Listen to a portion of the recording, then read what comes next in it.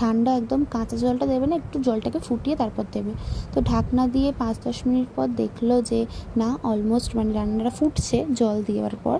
তো দেখছো আর একটু ভালোভাবে নাড়িয়ে নেওয়া হলো, সব মশলাটা ঠিকঠাক করে দেওয়া হলো কষানোর জন্য। তারপর আবার কিছুক্ষণের জন্য ঢাকনা দিতে হবে। তো এইভাবেই রান্নাটা হচ্ছে। তো এরপর দিয়ে দিতে হবে তার মধ্যে ভাজা আলুটা। তো ভাজা আলুটা দিয়ে এরপর ভালোভাবে নেড়ে চেড়ে তো তারপর তার মধ্যে দিয়ে দিতে হবে ঢাকনা, যাতে রান্নাটা একটু কষে আর একদম কষা কষা হয়, গায়ে মাখা। তো তার জন্য ঢাকনা দিয়ে দিতে হবে।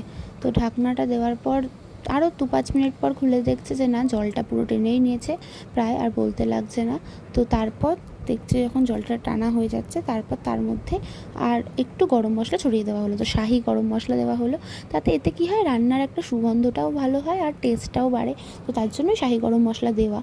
তো তোমরা না চাইলে স্কিপও করতে পারো, কিন্তু আমি বলবো দিলে ভালো লাগবে। তো দেওয়ার পর একটু ভালোভাবে নাড়িয়ে চাড়িয়ে তারপর তার মধ্যে দিয়ে দেওয়া হবে বাকি ফোটানো জলটা, দিয়ে সেটা কষানোর জন্য ঢাকনা দিয়ে রেখে দিতে হবে।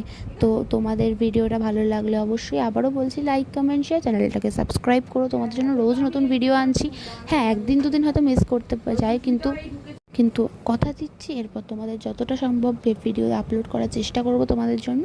তো ঢাকনা দেওয়ার আরও 5-10 মিনিট পর ঢাকনাটা খুললে আমাদের রান্না অলমোস্ট রেডি হয়ে যাবে।